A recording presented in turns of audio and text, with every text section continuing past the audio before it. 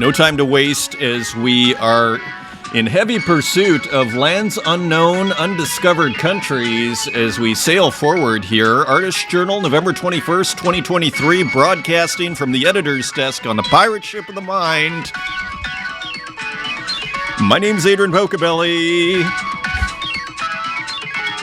And welcome back. Thank you for the massive response yesterday. The first 6 hours were pretty wild. It was sweeping my hair. It was wind sweeping my hair with a Twitter interaction.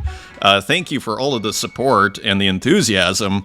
It's a heck of a lot of fun, isn't it? We're having a good time over here as we continue our journey. So time is of the essence as per usual here. Check this out. So let's see if it works. And it does. You know, interactive art is not necessarily, put it this way, I've always been kind of neutral, shall we say, on interactive art. Could take it or leave it. It's cool. It's a category. It's legit. It's a thing. It definitely has its own qualities and characteristics. But it's never something I've been like, I have to make some of this or this sort of thing. But I have to say, Acid Boy, who you might have already guessed that this is Acid Boy. Acid Boy, the master of psychedelic abstraction, has really done a nice job here. When I first put my cursor, this is on Acid Boy's website, by the way. When I first put my cursor on the work, I felt the delight of a child. I felt it was delightful. Like, it was just so much fun. And even still, as I do it now, it is like just really cool. It is fun. It is colorful. It's really well done. It feels kind of light, so to speak, as well. And then it all disappears here. So very cool work, as usual, from Acid Boy. And I'll show you something else that's interesting. So I discovered that link to Acid Boy's site here from this tweet, cooking for a new ordinals. And when I first saw this tweet, I thought, well, Acid Boy, this is going to be like at least a megabyte, maybe more. You're going to be paying $10,000 to mint this on ordinals. But then I realized this is probably just code, obviously, right? And then you go, oh, well, maybe this is actually another elegant solution, so to speak, on how to mint an artwork on, Bitcoin without spending a fortune. Maybe this is only a few bytes. Like, maybe this isn't even a kilobyte. It's probably just a little bit of code. So that'll be super interesting to see. And it's interesting. Someone was just actually reaching out to me about the work I had minted on ordinals. And the person said, I've never bought anything on ordinals because I'm a little worried about the provenance. And then I was like, yeah, that's actually, if I understand what you're saying, that's like, as far as connecting the work to the artist. And I was like, that's why I bought Pocobelli.btc. Like, I wanted to own it, but it's also just to help establish the windswept hair here, just to establish the authorship, right? So where it's just kind of all on chain. It obviously came from the same wallet, so to speak, and etc. Okay, we'll have to go with this. I hope we can just imagine I'm on a ship right now. So anyway, just kind of part of that conversation here. And also from Acid Boy, look at this. I mean, this came out October 6th, so about a month ago. I'm not sure if we had seen it before. It's totally possible, but like, that is another just kind of stunning work here by a really just impressive artist here. Like, I don't see anybody who's actually, in a weird way, coming close and, just purely subjective, and I haven't seen everything. But Acid Boy is really is a master of this and very focused on this kind of, again, what I call psychedelic abstraction. Very focused, a true master, as we like to say here. And this is just black and white, but just really nicely put together. So shout out to Acid Boy, very nice person online. Pocobelli doing Artist Journal on Rug Radio, Michele Colonna on Running a Gallery. Now, Michele Colonna is, of course, Colonna Contemporary is the gallery, and this is a gallery, I believe, on the kind of the outskirts of Philadelphia. and has shown, I think, ADHD, right? Several of the physical works. Mikey Wilson helped doing the prints, so has been doing a lot of things with his physical gallery with a lot of, what you might call artists from the scene. And so it's been pretty impressive, this kind of bridging of digital and I guess what you call contemporary or traditional art world there in the physical world. So we're going to get an update from Michele Colonna on just how it's all going. Just what is the story? It's been almost a year, maybe 10 months if I had to hazard a guess. So really curious just to hear about that. That is Wednesday at 9:30 a.m. Eastern Time in New York, 3:30 Central European Time, and that should be fabulous. And comments on yesterday's show. Runetoon, I have plenty of opinions on physical versus digital. So remember Ugo42, as we like to call him here, was saying, should I make physical works if I've already minted as a digital? And I basically was saying it's a different iteration.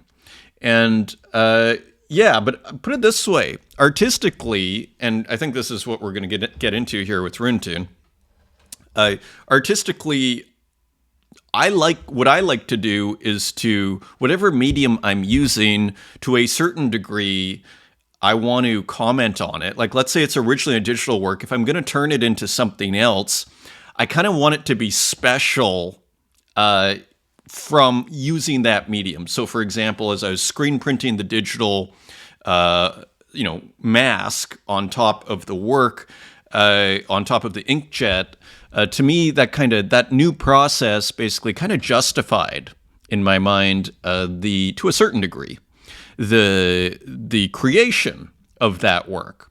That being said, I don't think there's anything wrong with, let's say you just made, for sake of argument, a static JPEG, and then you sold that as a 1 of 1 or even an edition of 10, whatever the case may be, and then you printed out a different edition that was signed. I don't see that as a bad thing because it's a different iteration. So it's not identical. It's something different. And even just from a purely legal perspective, you own the intellectual property of that image. So I think even just if we were to take a purely legal perspective, this is a different artwork if you make it on inkjet than as digital. It's how I feel about it, particularly if you start, adding paint in. Now, say, like, again, the screen print example, and I want to get back to Runetoon here in a second, but let's say the screen print example. One of the arguments you can also make is, hey, the acrylic paint of the screen print is not going to be exactly, applied the same way on each work. There are actually all different works. Even if it's an edition of 10, these, say, physical works that I was doing, for example, each one has its own little quality.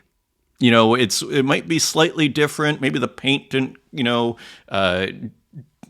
spread as well and all this sort of thing. So I'm kind of back to, Warhol. He's not going to, use the screen print, make one screen print. He would make 125 screen prints, for example. And oftentimes each one kind of is a unique to a certain degree, even though it is an edition of 125. But as physical works, they're not totally identical, interestingly. And so, so it's interesting. I don't see anything wrong with it still, but let's continue to what Runetoon was saying. In response to Ugo, who was wondering if it was okay, I would say that if you're comfortable with it, go ahead. Ultimately, the market is going to decide what it wants to do. I've grappled with skepticism in the ongoing discourse on physical versus digital, and leaning on my long-standing beliefs in artistic freedom, I hold the view that it's ultimately the artist's prerogative to determine what they consider authentic in their work. While the issue hasn't been raised recently, there was a period where it seemed like there was a prevailing notion that selling NFTs of physical artwork contradicted the digital art market. This is kind of one of the very early arguments I was making, actually, on this show, which is this idea. I was just sharing my, just thoughts, which was, is there something kind of less collectible, I think is how I framed it, about physical artworks as NFTs? And I think the prevailing kind of idea for me is if you take a picture of an artwork and then you make an NFT out of it, for me, it's almost like the picture is the NFT. In a sense, you've NFT'd or minted a picture of an artwork, not the artwork itself. If it's purely a physical work, these things start to become gray areas if all of a sudden you start adding something or changing the color a little bit in Photoshop, and then it starts to become kind of like what I'd be tempted to call a natively digital file. It's a subtle discussion, and I don't think there's any final answers on it. It's something that I think a lot of people wonder about, especially people who are painters first, coming to the digital art world and saying, oh, could I just turn all my works into NFTs? Ultimately, in my heart of hearts, if I'm just to give a pure answer, say, to friends who do that, I feel like there's something inherently perhaps a little less collectible about it. But I'm not against it, and it's a free country, and people can do whatever they want. Interestingly, Runetoon did that with the physical artwork and turned it into an NFT. But what was kind of extra interesting about it, recently, was the work was destroyed, as far as he understood. So that kind of did actually kind of weirdly legitimize, it kind of gave new life. So again, it's sort of it's very subtle discussion in a sense, and I don't think there's any kind of final answers on it. I just think, almost to the spirit of Runetoon's point here, it's however the collector feels about it, however the artist feels about it, and if both are cool with the situation, whatever it is, then that's okay, right? I don't adhere to that restriction. If I choose to create a physical piece and aim to sell it as a tokenized digital art item, that's my decision. And I agree. I think no one should be stopped, or, it shouldn't be, it's just what it is, and for some people they want to collect, and others maybe, so. And likewise, if you want to make prints of your digital one of one, you need to trust your instincts and rationale about why this is a genuine evolution of your artistic pursuit. So beautifully put here by Runetoon. Thank you for the comment. And we got another one coming up. Let's go to Retro Manny first. So another great show. Glad to see you're breaking the 1 hour mark recently. I'm I'd prefer this to be like a 30-minute show. The beginning of the show, these kind of, commentary tabs are kind of extending the show, but it is a nice addition to the show. The shows are becoming a little cumbersome just from a daily schedule point of view. They're eating up more and more of my time. So I am trying to actually reduce this. I tried today. It's very difficult to chop stuff out, though, I have to say. So I'm glad you're enjoying it, though. Great to hear from you. A few things in response to some of the topics discussed, were the on-chain physical editions and the artist's social media timeline or brand. First, I think it is really important, at least for me, that if the blockchain or all this tech dies tomorrow or worse, evolves into something that no longer resonates, my brand as an artist can continue in other ways. If we build our whole practice so that it lives and dies with the tech, then it's not very robust and will ultimately lack longevity. It relies on too many external factors, and you know what? I never really thought of it that way, Manny, but it's kind of a really interesting defense of making physical versions of your digital works, isn't it? Because if all of a sudden, for whatever reason, the blockchain disappears and all our work with it, if you don't have any physical versions, those works are basically gone. So, very interesting point. One of the reasons Tezos originally appealed in the beginning, and still does, because it survived to death, and the sheer will and resolve of the artists involved found ways to survive beyond it. It also doesn't rely on centralized companies constantly tweeting out how great it is, so it feels like there's less propaganda. Social media timeline is an incredibly important journal, document of the life, progress, and process of an artist. So replying to Ripcash, imagine seeing the social media timeline for Da Vinci. You could argue the notebooks are, but it would be a little different. But yeah, very interesting. And again, a very provocative idea, Manny, because what if we were to treat our social media timelines as Da Vinci treated his notebooks?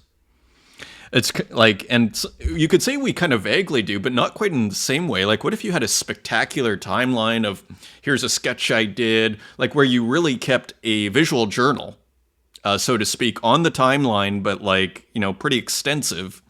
That would be pretty interesting. And like people kind of do it, but not in the same way that Da Vinci did, I would argue. Just have to be careful we don't get overly influenced or derailed by the timelines of others, but balance the discourse and great conversations of art at the same time. It's also a real salon in that respect. Regarding physical editions and a one-of-one NFT, this is kind of the point of it, right? If you own the NFT as a collector, you have immutable proof of ownership. If you have prints, it's nice to own and carries personal value to a physical space, but it isn't proof of ownership. Yeah, interesting. I still don't particularly care about on-chain as it stands, namely because it won't be able to support the art I make or the direction I'm going in. Or it is at least a needless barrier I don't need at this moment. I guess the file size and cost will change over time, but I think artists should be perfectly okay with opting out of the idea that if the tech is going there, I need to follow and adapt my art to suit.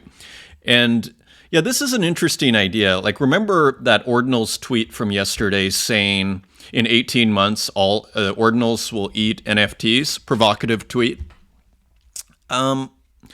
I don't think so until they figure out the file size issue, right? Like, as long as there's a file size issue, there's, people aren't going to mint on their, 5 megabyte JPEG or more, 30 megabytes, as we saw with Uxine a few days ago. That's not going to be minted on Bitcoin unless they have some sort of technical solution there, because that would cost you like probably $100,000, I'm guessing.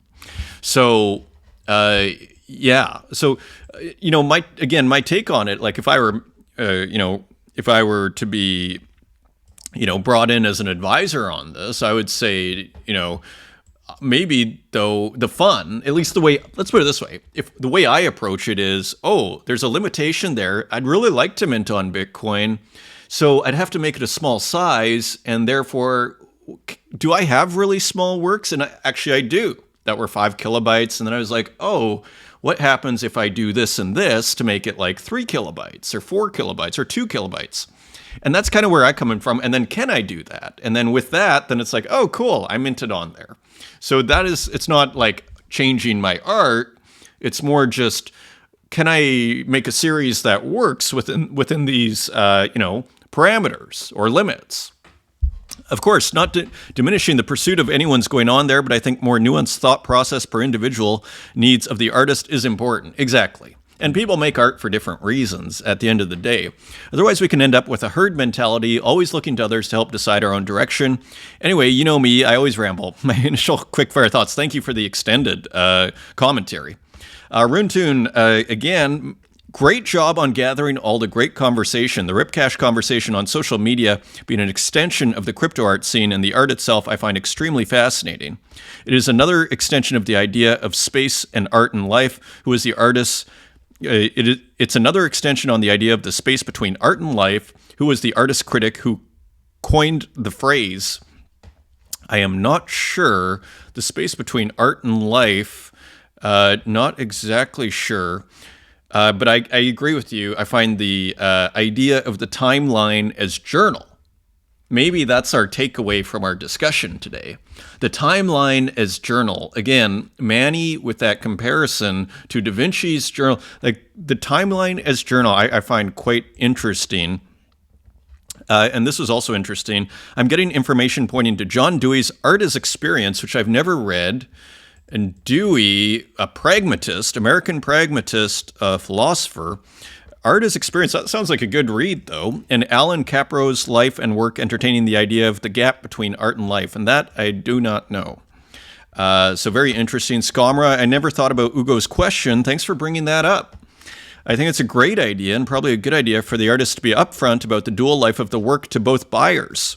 Interesting thought by Ripcache. Just on that idea, though, I don't know. Like, does Warhol have to notify the buyer of one of the screen prints that, by the way, I'm going to be making 10 more of these later? I think it's just, if the work's going for $4 million, fine. then it's like, okay, just so you know, there's going to be other iterations.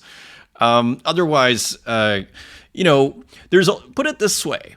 I would say there's also responsibility on behalf of the collector to understand the artists that they're buying work from, and that it's kind of a two-way street. And so maybe the important thing is transparency. And I like the spirit of what's being discussed here, that, but I guess the concern is maybe you make a work as a digital art piece, you mint it as an NFT, but then you don't, and at the time, you're not thinking you're going to make physical works, but then later, maybe you looked at Manny's comment saying, what if the blockchain disappears? And you go, hey, you know what? And you found out a new process, and just like, mech.txt with like, hey, I could make Rezo prints out of these, MS-DOS works potentially. I don't see that as at all diminishing the value of the NFT, but feel free to disagree out there if anyone feels differently. It's an interesting topic, and clearly it's resonating with some people out there. Interesting thought by Ripcash that the community around an artist's work is its own extended medium. And so here we're kind of back to this, and the community. Again, we're almost, as I think I was mentioning last time, we're almost at Joseph Beuys's social sculpture here, fascinatingly. I never considered it in this strong of terms, beautifully put, but I think it's true that the artist is sculpting their community. I don't know if I'd say sculpting, but is in collaboration to a certain degree. In a sense, maybe if I'm saying social sculpture, yeah, I'd say a light version of that. I would say that they're both kind of sculpting, making a sculpture of sorts, a social sculpture. They're both contributing to the sculpture. Anyone who has ever been in the Xcopy chat at raffle time can testify to the fact that the vibe is a part of the experience, and that experience becomes part of the work, especially after you don't win the raffle. Great show. Thanks for showing my work. You're welcome, Skamra. A fabulous series with the people at the computers. There's something almost kind of, it feels like a Steve Jobs-esque sort of thing, just these people at their computers. There's something really charming about that whole series. So beautiful work. Dan, I find the digital physical discussion posed by Ugo interesting. I've offered exclusive lenticular prints on a handful of my dog gifts. Others were printed prior to being offered as phygital and used as currency for trades at art scene fairs. What might be maddening for phygital or physical digital collectors, I never indicate edition number on the physicals. Yes, so that's interesting. This is because I may decide to reprint it in the future or print editions for friends and families. Like ultimately, when you don't put the edition number, I think the hardcore collectors, it probably just lowers the value, is all it does, because then they're going to go, okay, well, no edition number is no edition number. Therefore, one has to assume unlimited, right? Or potentially unlimited, as this person is saying, I might want to print more in the future. So it is interesting, but I think it all kind of works out in the sense that if you don't put edition numbers, it's probably going to be a lower value. Does this make the NFTs all that more valuable knowing there are a verifiable number on the chain? Well, I think the edition size matters, and the fact that there's basically a limited edition, and that basically, you can always mint the same file twice, but your reputation will be destroyed in the process on the blockchain, or one would argue, unless you're doing something that is particularly conceptual, but it starts to become a stretch pretty quickly, doesn't it? I have also, and let me just actually, I have also considered opening a shop with lenticulars. And again, I think this is great. A lenticular is a completely different version, a different iteration, as I was saying yesterday, of the artwork. And again, the lenticular of a GIF, the process, I would argue, justifies its existence. Like there's something different. The experience is different. You have your intellectual property, so to speak, from a legal perspective. And here's just a different manifestation of that intellectual property, one could argue. And this is nothing, like if we look at it on a gradient scale, like this is nothing as bad as, say, what I would say, which is crossing a line, which is the Magritte Foundation making new prints of a Magritte that have not been signed off on by Magritte, but then just stamping the name on there, as it looks like they did in 2010, right? So to me, that's starting to cross a line. And then you have the whole issue of Keith Haring with those NFTs, which I simply just think they should mint it as the Keith Haring Foundation. And then to me, it's then it's just what it is, right? Owners of the NFTs would be given the option to purchase the print at a discounted price, not free since there was no physical offer available at the time of the mint. So interesting, kind of combining the NFT, the digital art and the print together as part of the sale. People often do that. You buy the print or you buy the NFT, you get the print. I haven't figured this out yet, but I like the idea of offering discounts for physical pieces, be it prints or clothing, based on how many digital pieces a collector owns. Anyway, happy to see the overall consensus is that physical prints exceeding the NFT edition number are not a faux pas. Yes, and I think those numbers should have nothing to do with each other. I see them, just from a personal opinion, I see them as different things. I see them as different artworks, I would go so far as to say. Again, bringing, say, like my digital screen memory work, the digital has its own kind of raison d'être or reason for being. The physicals with the screen printing, there's a whole bunch of conceptual kind of foundation that goes into that. Right? Like, okay, screen printing digital makes sense, in terms of getting that, crisp line. There's also, okay, it's combining mediums. He did it on an inkjet, so then he's screen printing on top. He's combining mediums. He's putting paint. He's applying, acrylic paint for a digital, basically, shape. So there's all sorts of stuff going on. It's its own artwork. It has its own kind of reason for being, interestingly. I would argue. So I wouldn't even, in my personal world, say the work we saw yesterday that I was showing. I think I did a 2 edition of like 6 of those. Then I have a really big one, which is basically an edition of 1, maybe 2. And then I have a 1 of 1 digital NFT, and they all kind of have their own thing. I basically take what I'd call a loosely Warholian perspective on the whole thing. If they're different art, it's different art. Again, Warhol's not going to just make a small Mao and then say, I can't make any more, and then not make the big Mao, right? Thanks for talking about gallery. Yeah, nice to discover it. So let me actually just quickly, sometimes these programs can take a lot of processing power. So here we are, and we got a comment from Gogolitis. We're actually going to look at this in a second here. And Uxine, Captain, not an awkward export, but I love that too, more like awkward transform. So remember that little area in the Uxine work, that is transform, not awkward export. As I said, probably projecting a little bit. And thank you, Datura Honest. This is a great comment. My timeline got so beautiful because I connected with many artists that you cover in your channel. Thank you, Honest, and thank you, Glyph, Killstrike, Actel. I think I brought this in, Octel. It was cool pixel artwork. Cran, Thomas, and B, thank you for the comment, and Sense. Thank you all for the comments here. And I wish I could go through each individually, but that would take up probably another 45 minutes. 45 minutes. Yuri, different few hundred iterations of an artwork, right? So just to our whole discussion, and of course, Yuri will take the same structure and then just apply different kind of basically coloring techniques, so to speak, on each work, as we saw with, I think it's called the Transition series on Object. So funny response from Yuri J there. Gogolitis on the cave. Thanks a lot, Adrian. That's exactly the idea, the work that we started with yesterday, the Plato's Cave. In Plato's time, he didn't have much technology at his disposal to explain how the world could technically be an illusion. Today, it's easier to see how that could happen. We can witness technology unfolding, giving us new words, new concepts to update what Plato wanted to illustrate.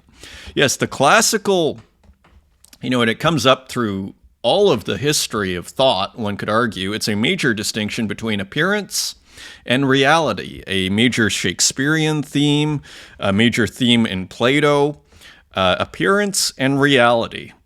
There are several modern updates to Plato's allegory of the cave. Modern examples include the brain in a jar concept you mentioned, as well as Mark Zuckerberg's Oculus Quest, offering fresh ways to perceive how such an illusion could be fabricated. I could write for hours about this subject. I'm like an addict. I'll stop there. Thanks for this, Adrian, and thank you, Gogolitis. Really great to hear from you. And look at this great image of this, it's like Plato's cave. Now, interestingly, yeah, so there would, in Plato's cave, so these are the people who are chained up. And then there is actually, this is the fire. Actually, there should be a project, or wait, there would be people here, and then there's light, and then at the top, there's actually the entrance to the cave. So it's not a perfect analogy here, this image, but it's pretty close. So pretty cool. This was interesting. This was in a really interesting thread on just how people, got into, or the challenges of being an artist and making it work. It is a superhuman task. So anybody that does it, it's really amazing. And I thought this comment by Uxine was super interesting. A lot of people, of course, know Uxine. I guess I started to beat depression, physical art making not an option with 8 to 6 jobs. In other words, working 10 hours a day and very small living spaces. Was already doing many of the stuff, but took a loan and got an iPad. I never did digital drawing before or many moving images. I love stepping on untouched grass. Isn't that interesting? I mean, we know Uxine had, Uxine is kind of a reference to the zine scene, as far as I understand. Uck means 3, and made some beautiful zines, if I understood his website properly. But isn't that cool? And, I mean, so it's inspiration to everybody. But yeah, be ready to work some long hours and do kind of superhuman things in order to make it happen. And just on Uxine, I thought this was hilarious. Children by Robert Miles. That is hilarious. That is, of course, a classic kind of, what would you call that? Like an anthem from the late 90s. I kind of had mixed feelings on that track because it was sort of like, I'd call it a guilty pleasure. It was a guilty pleasure, that track. Kind of like a trance anthem, but it was just a little sappy, right? But it was really well done. So that's hilarious. McRenders, I got laid off today and it's been a whirlwind of emotions. I'm not going to let that keep me down, doing my best to process and heal and focus on me in the meantime. I'll be job hunting, but also taking on some commissions and releasing more art to help me get through this really turbulent time. The dream remains, even though we keep getting knocked down. I only know how to keep getting back up. So these, just more challenges of, the life of trying to make it as an artist. And at least, you can bring in a few bucks. Even a few bucks when your pay gets cut off is worth something. So FYI, and good luck to McRenders. Keep us updated. I thought this was just an interesting article. 32 minutes, my God. I probably have to cut the comments a little bit, unfortunately, but please keep leaving them. But maybe I'll just take a few more, try and be more highlights about the comments here. I thought this was just interesting. Master's curating course at Whitechapel Gallery to be wound down. And I thought this was interesting. And look at this. Joint initiative with London South Bank University shelved, but collaborative PhD project is in the pipeline. So, you know what the takeaway for me here was? Sometimes Web3 says it needs more curators. I'm not sure we need more curators. Like, what this is telling me is we don't need more curators. If we needed more curators, this course, this is more trad art, contemporary art, or whatever it is, master's program in curating art and public programs. This tells me we probably don't need, actually. There's probably too many curators out there, is what I suspect. I don't know why more, what I'd call traditional contemporary art curators aren't in this scene. I don't know why that is, because this is, I'd argue, where all the opportunity is. But pretty interesting. Whilst this marks the end of the collaborative MA in the format, we're actively looking for other ways to develop new initiatives that combine our respective expertise to deliver educational and professional opportunities. We're looking for new ways to build opportunities here. And so it just tells me there's not a ton of opportunity here. The fees for the course were £10,000 for home students, or if you come internationally, £17,500. The MA is fairly priced.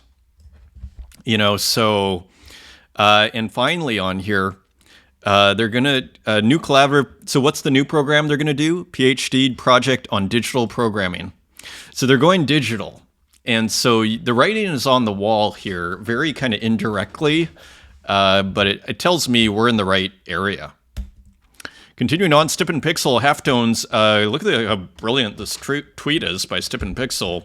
And I thought just a cool poster and everything. So on Zora, a new show, so to speak. With a lot of familiar artists, and also on Foundation, they are going to be introducing generative art. We're partnering with Highlight XYZ to bring generative art to Worlds. So generative art coming to Foundation Worlds, which is pretty cool. Arnaud Pfeffer playing with Procreate brushes. So this is hilarious, isn't it? So using the iPad with the pen plotter. That is interesting, and you have to kind of like the impact here. Pretty cool mark making. That is new, so pretty interesting there. And never get tired of seeing the updates from Helio Santos here back home. And again, look at how great that looks. You know, you see the brown. I mean, it's pretty impressive, and we actually get a. And then we actually get a view. I'm not sure if it's that work. I think it might be. Look at the sky. You know, it looks like paint's being mixed together there. Maybe didn't clean the brush on purpose. Pretty impressive work from Helio Santos with the paint plotter. Go Lightus. So we looked at this. Okay, excellent. Excellent. And here we have some more Cheppertum. First test arrived today. Tell me if you're interested in getting a physical piece. So this looks pretty impressive as well. It looks like it's done on paper and just a nice, actually no, that's the wall behind it. And although it does look like it's done on paper, right to the edge here, interestingly, of a digital artwork. So that is interesting. And here we were looking at Avant Arte yesterday. So Luis Ponce. Nice. You actually can see over here, these are pretty thick prints. We saw some that were done on aluminum, I think, yesterday. A different artist. Was it Alpha Centauri Kid? And here we see Luis Ponce working with the same organization here, and pretty nice looking prints, aren't they? I mean, that almost looks like a screen, but it's probably a physical. Like, they're very bright. So pretty impressive there. Continuing on, Jimmy. Look at this work in progress. So for those that don't know, Jimmy is the guy. This is what I'd consider a pretty famous work on Tezos, Rooftop Jamming Session by Jimmy. Kind of a really classic Tezos work. And so Jimmy is going to post a one-of-one on Exchange Art, which is Solana. And so this is pretty cool because Jimmy shares some of the breakdown here. All the work that really goes into it, Jimmy. Cool music, actually. Don't know if you can hear that. So just cool to see Jimmy on the scene. Really interesting artist here. And Boo Boy looks like new 4 pieces, OG painting. See you at Corner House in Bangkok. And it looks like these works maybe are going to be physical, OG painting. And we saw Boo Boy working in the studio, I think, at one point. So that was interesting. Continuing to the works here. Missed this work here by Popple, reserve of 0.66. So another just kind of cool sci-fi pixel artwork by Popple, and again, probably using some generative art in here as well, combining the pixel art and the generative art, maybe in the screens here too. Really interesting use of not black, but this kind of almost colored matte here, almost like a reddish black, and just another cool work on Foundation. Another kind of ambitious piece here. Edenfall 5 node of data flow, 700 by 800 GIF, and that is 0.66 ETH on Foundation. And continuing on, RJ, Goldfish palette and screens. So Matisse as a screensaver, so maybe referring to the screensaver discussion that went across X. And I thought this was a really nice piece, actually, nice composition. I'm not sure if this is a Matisse reference on the right, but I just liked it. What is a screensaver? What is a work of art? Edition of 10. So again, RJ putting out a ton of work, selling it all, making a ton of money. Great work from RJ. 0x Abigail, Sculpted Serenity. And another kind of monochromatic work with a bit of red or color inside of it. And almost these two like IKEA-like tables here. Not tables, but maybe side tables or whatever you'd call it on top of each other. So almost giving them kind of human feel, or almost an emotional feeling to it. And I love the shadow here, this kind of simple little architectural area here, and even this line across the floor here kind of makes the work, doesn't it? It grounds it, and it just adds this, it gives it a psychological feeling. Again, I almost think like very vaguely like De Chirico. You know, it kind of starts giving this life to these inanimate objects. There's something kind of surreal, I'd say, about these works here. Sculpted Serenity. The chair becomes a work of art. So only a Tezos, 84 cents. This was kind of funny. This was Dan Control. I missed this one on Foundation. And here, kind of a phallic-looking fries package from McDonald's here. And you even see, let me just make it larger here. You even see Dan Control's trademark gradients in here as well. So pretty cool piece, actually. Kind of pretty witty work from Dan Control. This was minted on Foundation and 7 days ago, so I missed that one. Here's Grimm with a new edition of 10, and I love the minimalism of this work. None minted so far, so I only have this small version to look at, but I love the minimalism. This is quite a beautiful version. Tuesday. Nice title, too, from Grimm. So Grimm continuing to make really interesting work here. Rosaceo, the monster figure in stationery. Interesting variation on Rosaceo's work here with this kind of close-ups, so to speak, in this kind of GIF narrative. So interesting piece here. Interesting kind of narrative, so to speak, for lack of a better term, or animation. From Rosaceo edition of 10, there are 10 left, just minted. And continuing on, I thought this was a really interesting work by Human Kernel at auction for 25 Tezos, edition of 1. I think Human Kernel is Santiago. Look at how great the simple dithered gradient in the background, contrasting with this kind of liquidy, Photoshop liquid, let's say filter or effect. Great contrast here. Like, it's kind of jarring. It's so strong, the contrast, it's kind of jarring. And then just for, good measure, it's almost like the sweater here is a combination of both. It's almost like taking the dithering and then applying whatever kind of liquid smudge tool and applying it to the dithered sweater. So quite brilliant. Looks like a sweater too, doesn't it? So really interesting work. 1 of 1 at auction for 25 Tezos. And people are bidding on it. There's 14 hours to go. Cancino, Augustin Cancino, there's something about this collection I really, really like. And I think it's the spirit. I think it's well executed, Soccer Street. But I think it's, for whatever reason, it's also the spirit of the work that I find really cool, actually. There's something about it. And not many have been minted. Only 1 minted of Soccer Game. There's not a lot minted. Actually, some of them more than others, but as you see, a lot being minted here. I just think it's brilliant. On Zora, like, I brought up one,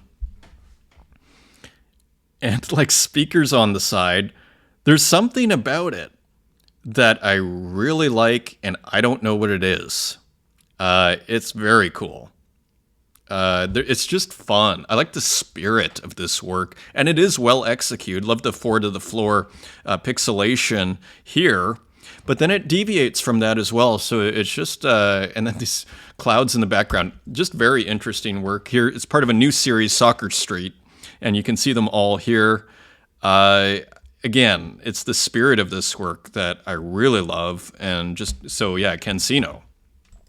And Ugo, the source of our extended discussion this morning, experimentation. So here, Ugo has put out some pretty cool works. Remember Clippy?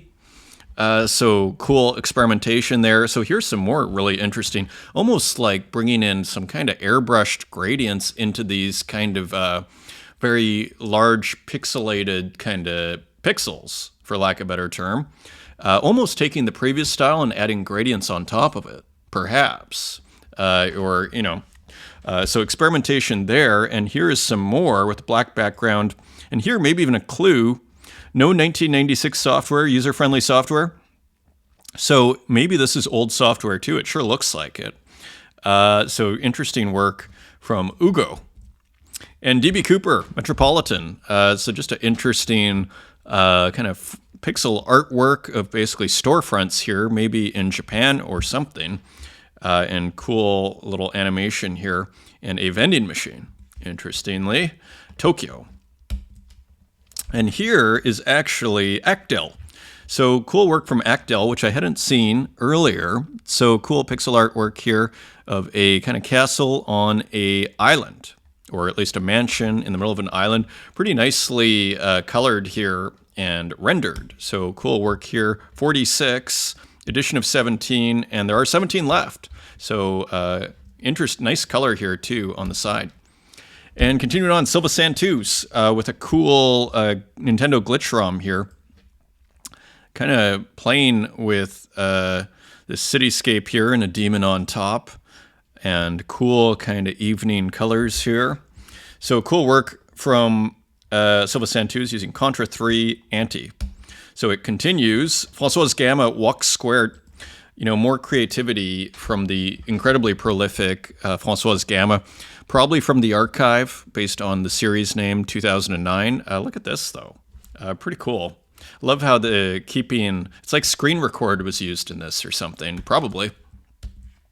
So Santiago with a really, I thought this was a great one. Another nice abstract, kind of a bit more kind of pixelated feeling here. Really nice piece. I love the spacing between everything. This is a pretty nice, but keeping the vector here though, interestingly, and there. So, and maybe the vector is all across here. So just interesting. Nice piece. I mean, it really kind of jumped out at me on the screen here. And then there's these Waffle Zitos from You Don't Know Who We Are, who not sure if that is Santiago or someone else, and using Santiago's tools here. And I brought up a couple. So just one of ones. So interesting work. Let's see if they've been listed. Sold. Art Gnome. You know, it's a healthy market out here. There's a lot of collectors. Like, it continues. This one is still available, Angry Bill, but I'm really impressed at the resilience, the continued resilience. It's never stopped of this digital art market. It is a global market. You know, it's pretty amazing what's happening here. Again, when you zoom out, Confusion, also available for 20 Tezos. So I really like also, looks like, you know, taking the sampled brush. This is the sample here. If you can see that little square, and then dragging it across and then making that into a brush. Here, you maybe see what was used over here. There's another one, almost like earrings or something. I really like the light kind of orangish beige, basically the beige background on these works. Here's another one. Again, kind of looks like Santiago's vectors here. Vectorized pixels is what they look like. And here's one more, Zika. So cool work here from Santiago. And Temple Mizmiz, also known as Mo Shit, Karate Time. And so just another interesting experimental work here from Temple Mizmiz. And cool, almost looks like video game samples here. Painting with video game samples, perhaps. We've seen that before. Nicely done here. Interesting. I love the straight, simple blue fill. It kind of helps the whole work. Maybe that's what, you know, weirdly, that's one of the things I really like about this series is the blue background. The simple blue background. It kind of helps. Zoxo, plant book, a pop-up book on plants by Zoxo. So let's just load this up. Interesting piece here on Zora.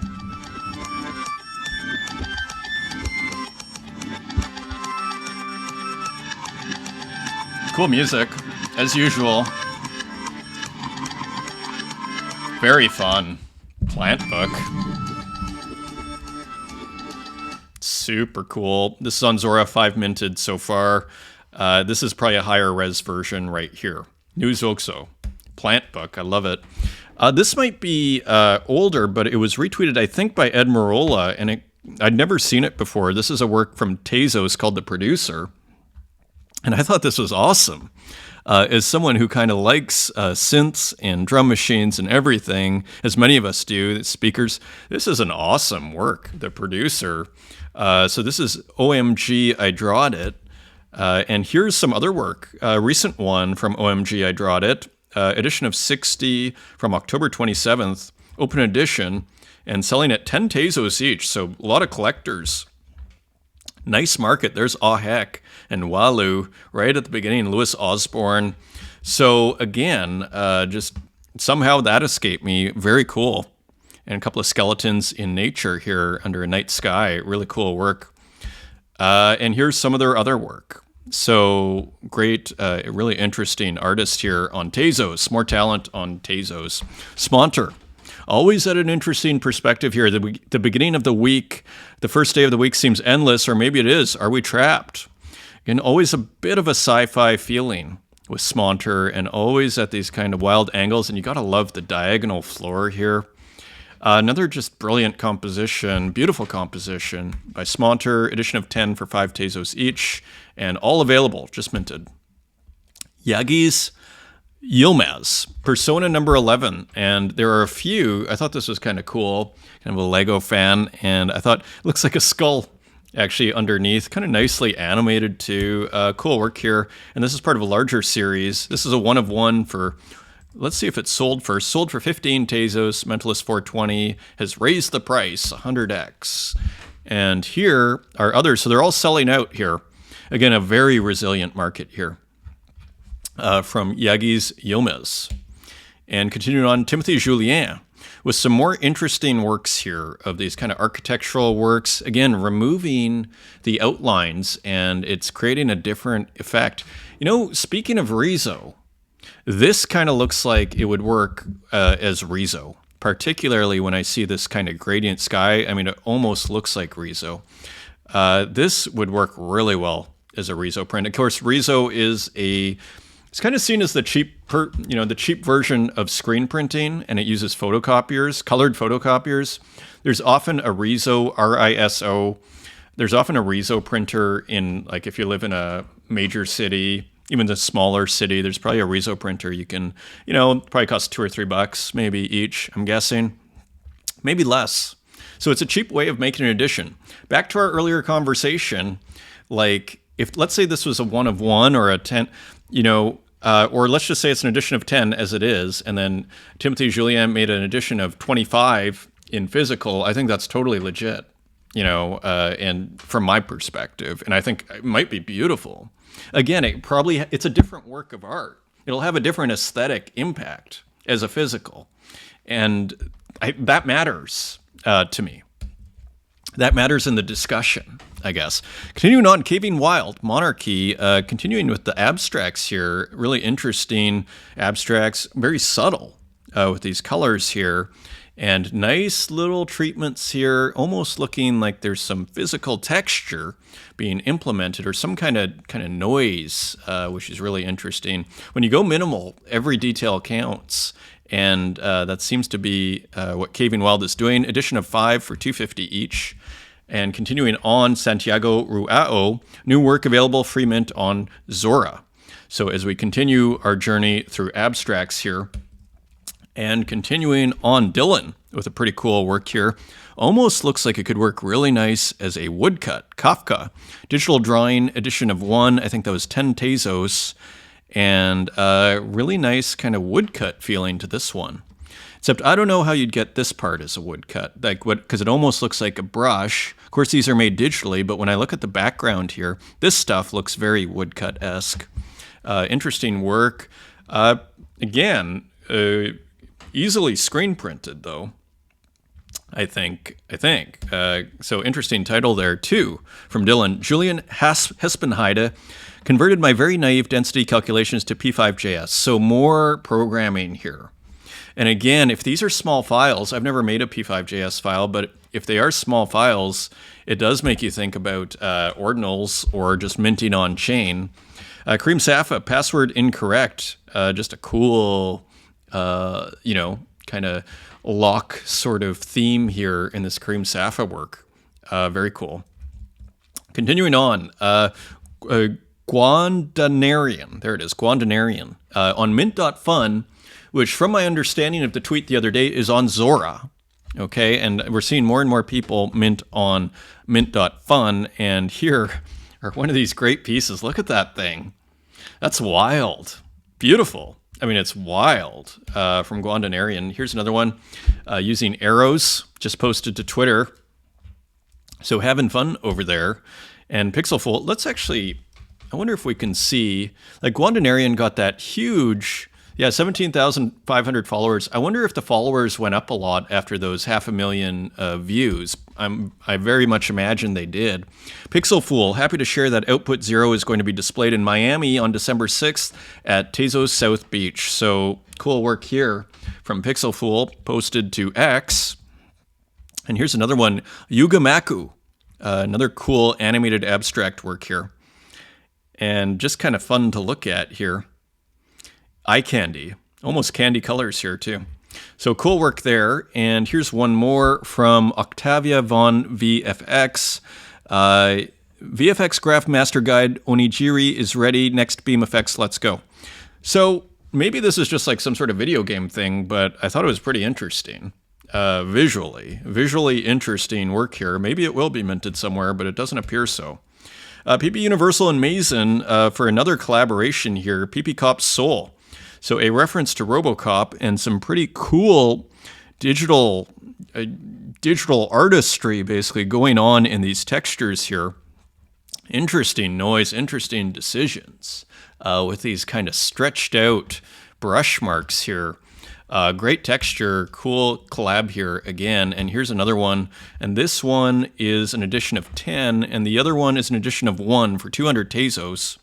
And here it's an edition of 10. Let's see this one.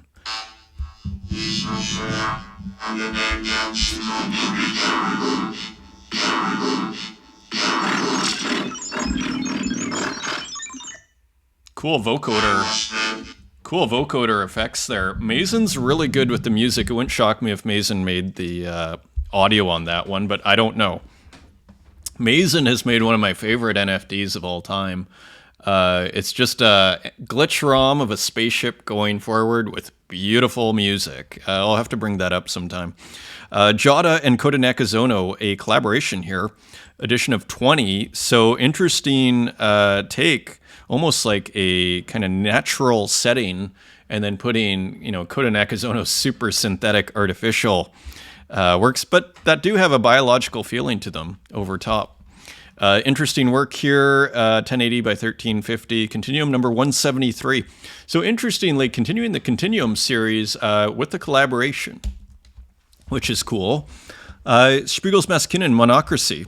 I'm not sure if this was new or not. Someone just posted this, and I'd never seen it before, but I thought it was an interesting work. Monocracy. Interesting title, seeming to, have a somewhat, it's almost like democracy, but monocracy, and then showing the world. Interesting piece. Never seen that one before. And Kurt Hustle Collective, 1997 of the future. And here the work is called Clockwatcher, and bringing it up on X.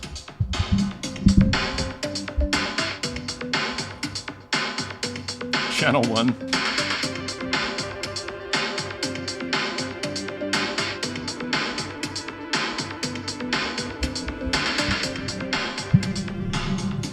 So, pretty cool.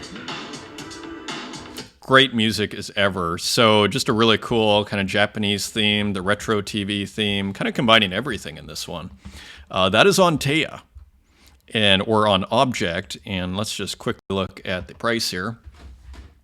It is only 5 Tezos, edition of 25. So really cool piece there. Get it? You got to be fast with Kurt Hustle Collective. Dr. Version. New work, Pyramid Scene number 14, edition of 14, and for 4 Tezos, really nice piece here by Dr. Version.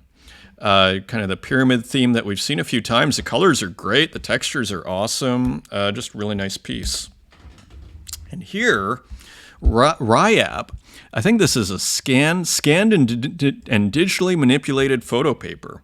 So, again, this whole discussion of physical and digital does start to disintegrate a little bit. Let's say of the physical, and can you have a digital NFT of a physical work where you just take the picture?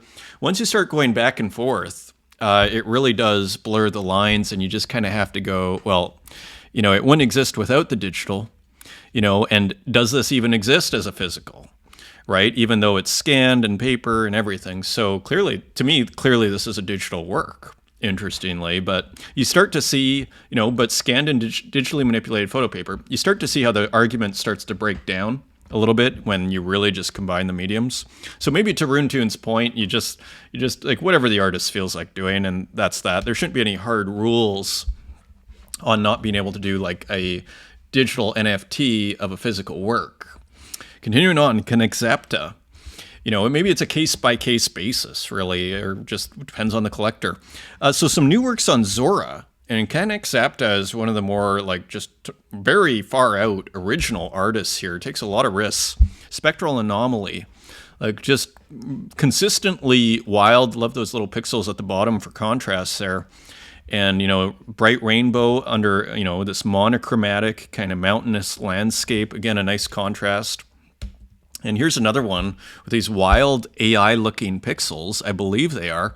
Yeah, and here's a little bit of AI here. So a DALL-E 2 image, a really interesting AI artist here with Connexapta. So on Zora, and here's Sabato. I asked Stable Diffusion XL 1.0, so another reference to this version of Stable Diffusion, to generate photographs whose compositions begin from the river and extend to the sea, and some of the outputs were quite beautiful. So it is quite beautiful and great results here. So look at this. Look at what these machines are making here with a little bit of prompting. I mean, pretty interesting imagery here. From Sabato, White Solitude, The Ocean, artwork by White Solitude in collaboration with AI. And so this is a painting, and of course White Solitude is quite good at the painting textures here. And so interesting piece here with this kind of pink sky reflecting on the swimmer here. 1 of 1 for 40 Tezos. And here is Graphica with a cool work, Ghost Love, nice title. And very kind of mark making, a lot of mark making on this work. I'm not sure if it's new or not. I assume it's new and interesting, very painterly. I think there's some AI and maybe some collage in the mix. Nice little mark there too. Great work, just great work. And here, of course, is Lily Illo. Architects may come and architects may go. So Architects in Chairs continues. And I think it's a really cool association. Architects in Chairs. It has its own logic, and I see it.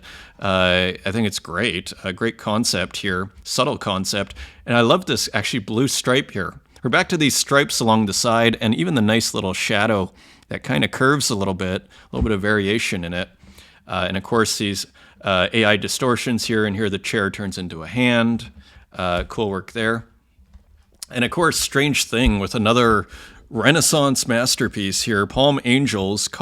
So with a Costa coffee cup here, and smoking a cigar, the guy in the balaclava. So again, remarkably strong work, I would say. There's something, it's like the same things that are appealing to you in a Renaissance painting, many of those same things are here.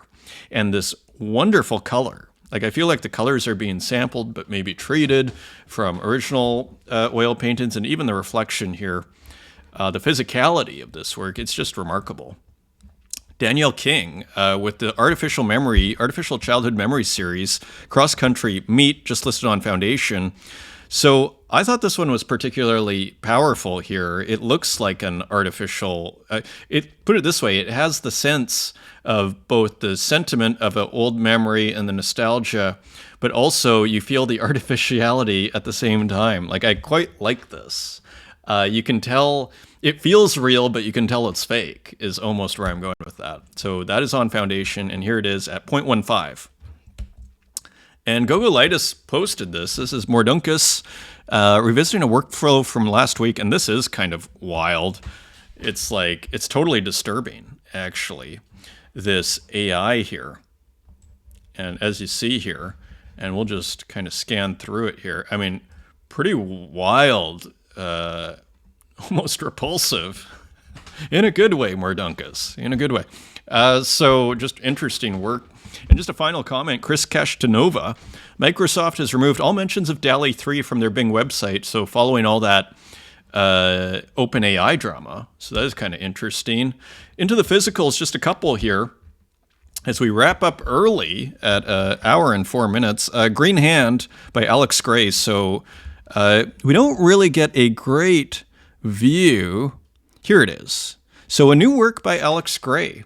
And you see it's like a hand. And of course, Alex Gray, the visionary artist, probably the most renowned psychedelic artist in the world. And for a long time now, maybe for 20 years, has held that mantle, I would argue.